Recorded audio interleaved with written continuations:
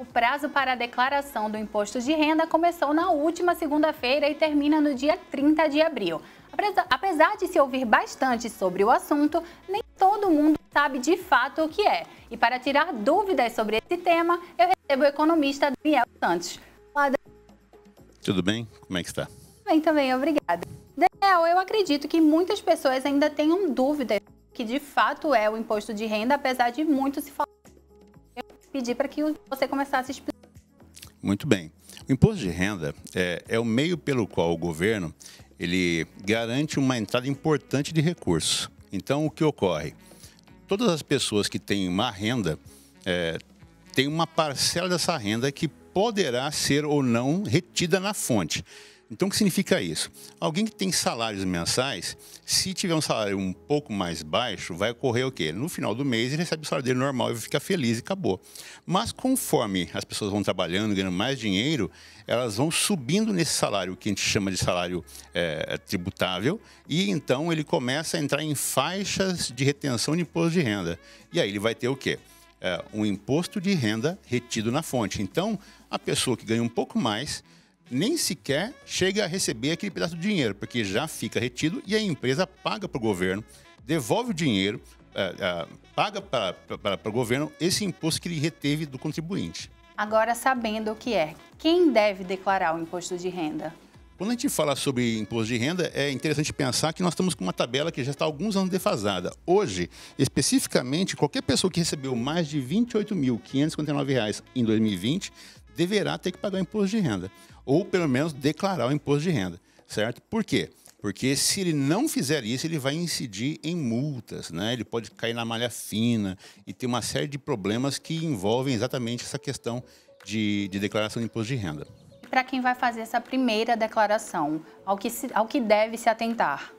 É importante que ele tenha, primeira situação, tudo documentado. Então, se ele tem receita, ele tem que procurar com a empresa que ele trabalha o quê? O informe de rendimentos. Também vai ter que informar saldo de bancos, né? Porque hoje é muito difícil ter alguém que não tenha conta corrente, né?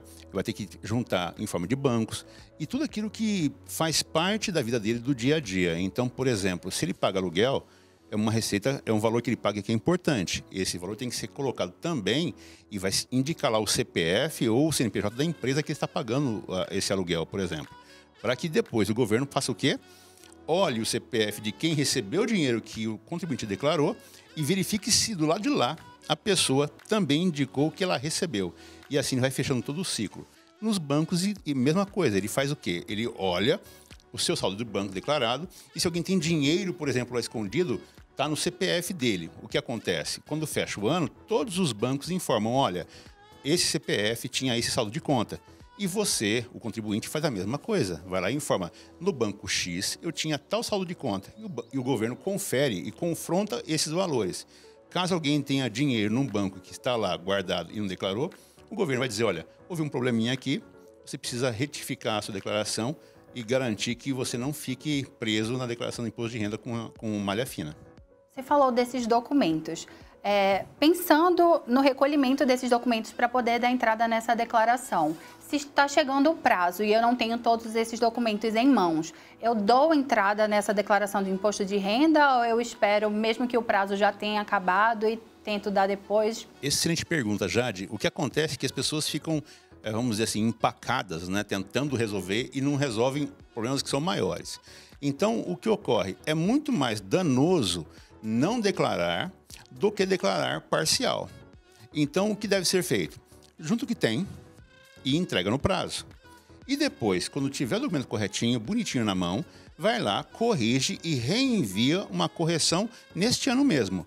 Isso é importante porque assim ele não vai ficar atrasado, vai deixar de perder, não vai perder o prazo de entrega e não vai ter que pagar multa sobre isso. Então, entregar fora do prazo seria um erro que a pessoa pode evitar. Exatamente. E fora do prazo significa que ele vai pagar uma multa de cara, entendeu? De 160 e poucos reais, que é uma grana que vale a pena a gente deixar no bolso, né? É só mandar no prazo. Pensando em erros e em imposto de renda, quais são os erros mais comuns que as pessoas cometem na hora de fazer a declaração? Não declarar renda.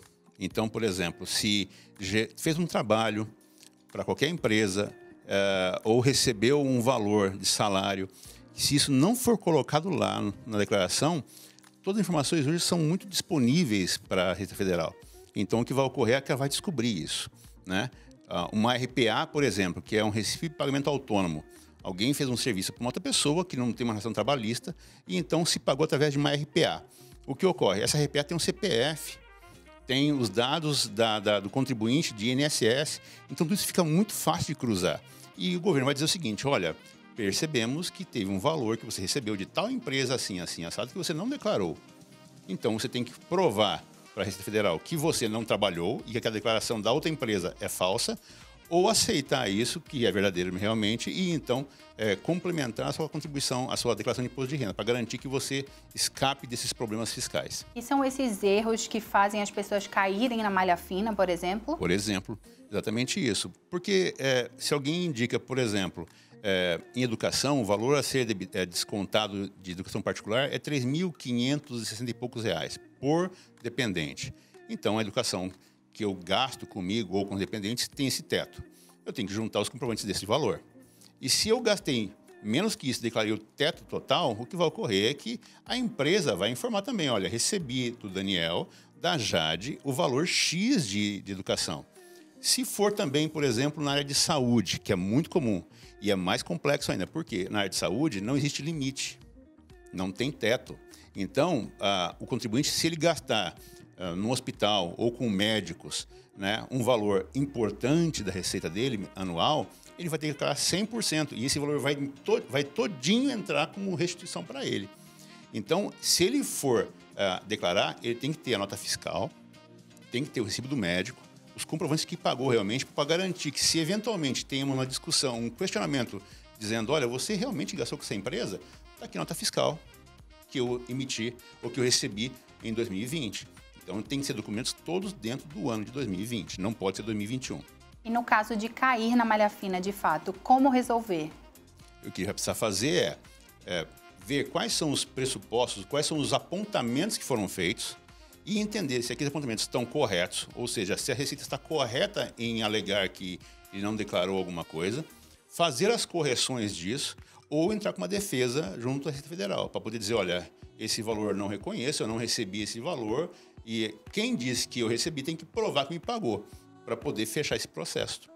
É importante lembrar também que essa relação com a Receita Federal ela não acaba no momento em que envia a declaração. Tem que ver o andamento, como anda o processo, se caiu ou não na malha fina, se há ou não restituição, né? É verdade, Jade. Na realidade é o seguinte, a gente brinca que a relação com o governo e com a Receita Federal e com os impostos não acaba nem quando a gente morre.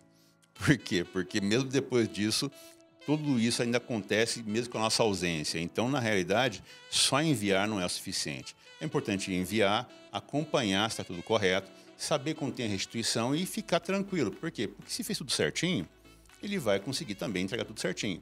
E as pessoas que fizeram a primeira declaração agora, o que tem que fazer? Busque alguém, né? Busque um curso. Aqui no Sesumar nós temos curso de contabilidade, né? Que pode ajudar muito nesse processo. E eu sei que tem projetos nesse sentido. Então, para fazer o quê? Para orientar, para dizer, olha, esse valor aqui pode entrar dessa maneira, né? Para poder indicar que o nosso contribuinte vai pagar o imposto sim, se for devido. E se não for devido, vai ter orientação para garantir que ele pague o mínimo possível, né? Porque pagar bastante imposto não é o problema, desde que quem esteja pagando tenha a condição financeira de realizar isso com tranquilidade. E no Brasil hoje, como eu dizia agora há pouco, nós estamos com uma tabela de imposto de renda muito defasada. Para você ter uma ideia, está a mais de 100% de defasagem. Então, significa o quê?